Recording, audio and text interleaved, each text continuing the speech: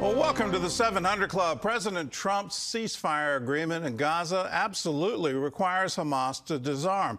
Well, instead, that terror group is rebuilding its forces. At the same time, a new report says the Palestinian Authority is increasing its pay-to-slay payments for terrorists and their families. Paul Petit brings us the story from Jerusalem. More than a month into the ceasefire between Israel and Hamas, the agreement remains on shaky ground. While the truce is officially in place, the IDF reports hundreds of violations by Hamas that began just weeks after the October deal. This week, Hamas terrorists opened fire on Israeli troops operating within the yellow line that divides Gaza between Israeli forces and the Palestinians. Israel responded with an airstrike that killed the chief of Hamas's naval forces and a major hostage operative. The second phase of the U.S.-brokered ceasefire plan calls for Hamas to disarm, but Israel says the terror group is not only refusing to lay down its weapons, it's actually rearming. According to Israeli defense officials, Hamas has begun stockpiling weapons in other regions, such as Yemen and African nations, with the intention of smuggling them back into Gaza later on. The investigation into the Hamas terror network is currently also examining the possible involvement of Hamas elements in Turkey in promoting the intention to carry out attacks, some which have already been exposed. This is because Turkey is an operational arena for Hamas operatives in the past and in the present. At the same time, Hamas is said to be coordinating with Hezbollah and the Islamic Revolutionary Guard in Iran to revive the axis of resistance against Israel. From terror tunnels to the White House, President Trump hosted a delegation of nearly all the freed Israeli hostages, calling them heroes. Trump singled out Israeli tank soldier Matan Angrest for praise. He was went through hell, I guess, but Matan never broke. And today's living testimony to the toughness, heart, and faith of the Jewish people. Like telling you great inspiration to everybody. Meanwhile, U.S. officials say the F-35 jets intended for Saudi Arabia will be less advanced than those operated by Israel, preserving Israel's qualitative military edge, according to Prime Minister Benjamin Netanyahu. In Jerusalem, Netanyahu also reiterated that there will be no Palestinian state, even if that means sacrificing normalized relations with Saudi Arabia. Our opposition to a Palestinian state in any area west of the Jordan, this opposition exists and it remains and has not changed one bit. And on another front, Israel's foreign affairs minister says the Palestinian Authority, despite claiming it has stopped payments to terrorists and their families, has actually dramatically increased them. Gideon Sa'ar shared the post on X, showing that pay-to-slay payments went from $144 million in 2024 to $214 million so far in 2025, before the year is even over. Paul Petit, CBN News, Jerusalem. Well, Israel can win every single battle. It just seems to be incredible that they can never win the peace. The ideology of hatred aimed at them that has been consistent since even before 1948. When you go back into the history of the British Mandate, the attacks against the Jewish settlements were frequent. They were so frequent that when you look at the architecture of the kibbutzes, they all have a watchtower. They are all fenced in. And the reason is their Arab neighbors wanted to attack them and attack them frequently. So if you look at that history, what's being played out today shouldn't be any kind of surprise. The massacre of Hebron all the way back in 1929 just seems to be played out again and again and again. My question is, when will the Western world, the so-called civilized world, which should be controlling the UN, which should be controlling these international courts, which should be controlling the world's public opinion, when will it identify the ideology of hate underlying Hezbollah, underlying Hamas? It's going to require more than just saying they're a terrorist group. The fundamental essence of this is to wipe Israel off the map and to forbid Jews from ever being in Israel. That is the hatred that's now being spread around the world. And my great concern is it seems to be infecting even Christians. It just doesn't make any sense to me for any student of the Bible to think otherwise. But here we are. And here Hamas, even though it was defeated and soundly defeated, is trying desperately to rearm. And they want to wipe Israel off the map. That's their goal. They've been very plain about it. Let's finally believe them. In other news, the Secretary of War is pushing the Pentagon to gut the red tape building in building new weapons. Ephraim Graham has that story and more from the CBN Newsroom. Ephraim? Gordon, Pete Hegseth says the country cannot afford continued delays as the global threats rise, so he's calling for quicker production and demanding more defense contractors. CBN national security correspondent Caitlin Burke has the details. Secretary Hegseth says the Pentagon can't keep relying on a slow peacetime approach to building weapons.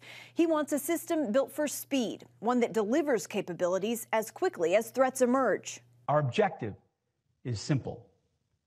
Transform the entire acquisition system to operate on a wartime footing.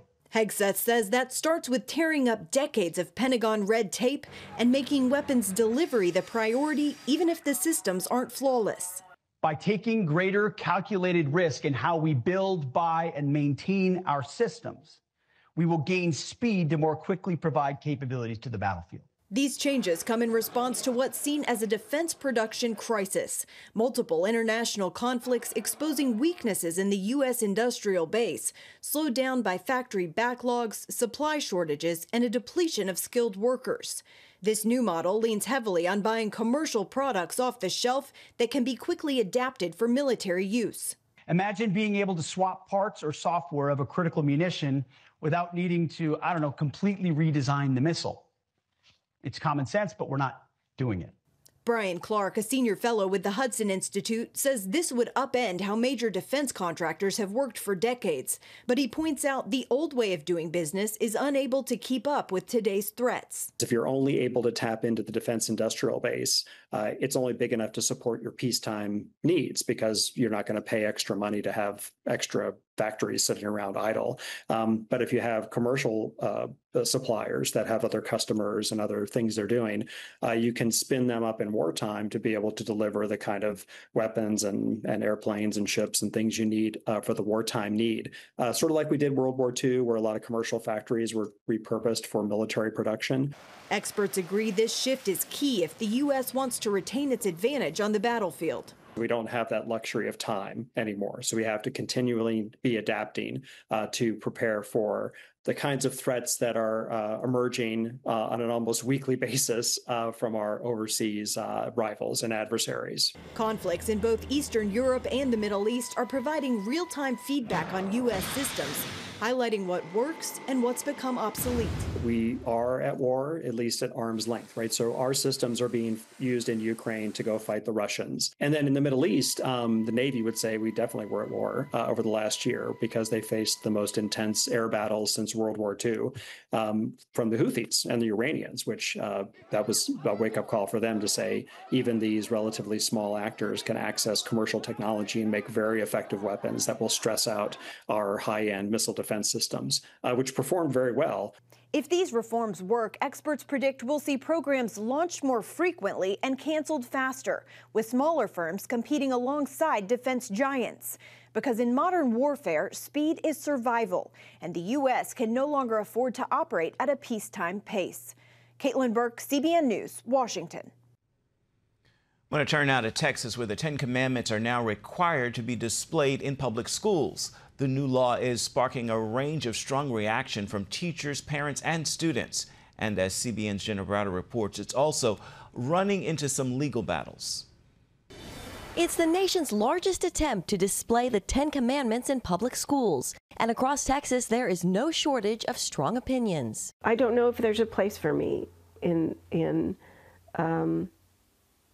the school system right now as it stands and as it's in the direction that it's been heading. Gigi Cervantes, a theater teacher at a Fort Worth school, quit over the new law. My religion and my spiritual choices are my choices, and everybody else should have the freedom to make their choices without having something else imposed on them. The law requires schools to hang the 10 Commandments if the displays are donated and put in a conspicuous place with text large enough to read from anywhere in the classroom. Here are the 10 Commandments. These are great principles to live by. Lorne Lechty and his family donated posters to the Rockwall Independent School District in suburban Dallas. He says he remembers growing up with the 10 Commandments on the wall and teachers starting the day with prayer. We're not forcing anyone to follow any specific set of rules, right? These, like I said, are great guidelines for living, great historical guidelines for our nation and how we develop. The reaction from districts has varied. For example, in suburban Dallas, Frisco didn't wait for donations. School officials went ahead and spent about $1,800 to print nearly 5,000 posters. Others, like Galveston, are waiting until the courts decide the law's constitutionality, as the law itself is running into some legal challenges. This week, a federal judge ruled that it violates First Amendment protections of religious liberty and forbidding the government establishment of religion. And so far, federal courts have ordered more than 24 of the state's roughly 1,200 school districts to not hang the posters. On the other side, Texas Attorney General Ken Paxton announced lawsuits against 2 districts he said were violating the law, though one of them said they are displaying donated posters. Courts have struck down similar laws in Arkansas and Louisiana, but this one is expected to make it to the United States Supreme Court. Jenna Browder, CBN News. And it's a legal battle we will continue to follow. Gordon? Well, the 10 Commandments are the bedrock of Western civilization. It's been a guide since Moses came down from Sinai. And more than a guide, these are really good rules to live by. If you question the wisdom of letting children know there are rules in the universe, the things that if you don't do these things, you're going to have a much better life. There was a wonderful experiment, if you will, out of MIT. It was an Israeli professor, and what he did is he would sort of test his own students with will they become better people if they're reminded that there are certain rules they have to live by. And so they would post rules, or they would have students recognize that MIT had an honor code, and they had to sign their tests saying that they hadn't received any assistance on the exam.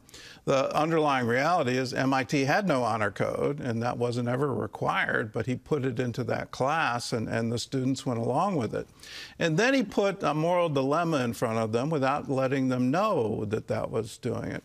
Those who had signed the pledge, those who had looked at rules and said, I'm going to abide by these rules, well, in the moral test later, they performed a whole lot better.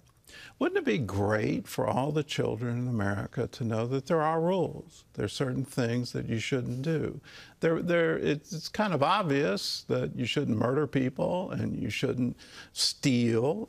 You shouldn't bear false witness. You should honor your mother and father. Those are pretty obvious rules. The one about coveting, the rabbis say, well, that shows the divine inspiration, that you want to be aware of even what your own heart is doing, because your heart can lead you astray. These are wonderful things to teach children, and it defies common sense that we don't want to instill rules into children so that when they grow up, they'll still abide by those rules. From where I'm sitting, a society that agrees together, well, let's not commit adultery, let's not steal, let's not murder, let's not covet what each other has, let's honor our parents. Those are all wonderful things to abide by. Let's make sure that we can do that, and we can do that with our children. That would be a wonderful society to have.